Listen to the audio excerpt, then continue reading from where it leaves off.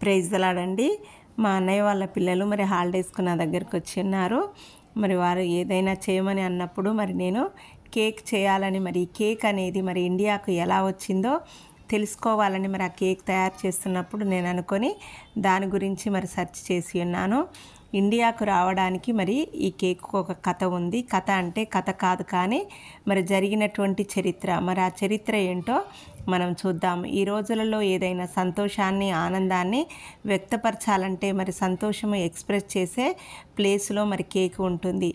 Cake లేకపోతే ఎలా అనే పరిస్థితి ఉంది.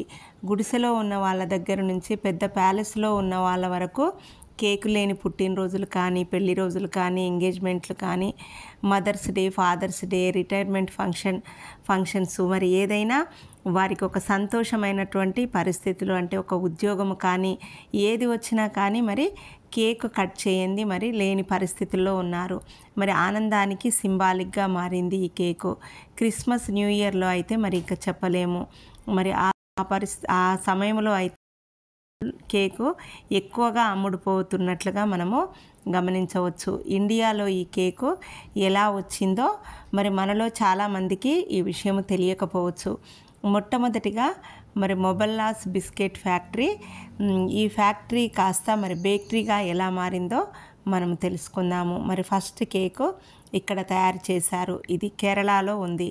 1883 సంవత్సరంలో మరి మొబెల్లాస్ రాయల్ బిస్కెట్ ఫ్యాక్టరీకి మరి ఒక ఆయన వచ్చాడు. ఆయన పేరు మోరిక్ బ్రౌన్.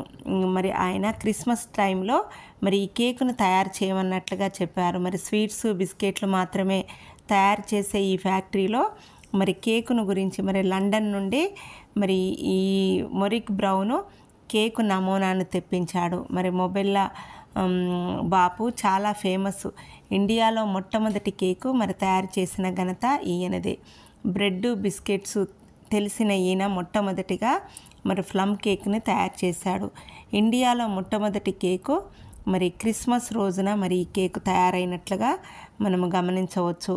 మరి ఈ బాపు గారి మేనల్లుడి మనవడు దీని గురించి మరి ప్రకాష్ మొబెల్లా అనే వ్యక్తి వివరించుకొచ్చాడు. మరి కేరళ, కన్నూరు జిల్లా తలసరి ప్రాంతంలో మరి ఈ చరిత్ర తెలియని వారంటూ ఎవరు ఉండరు. ఈ కేరళ రాష్ట్రంలో మరి కేకులకు ప్రసిద్ధి.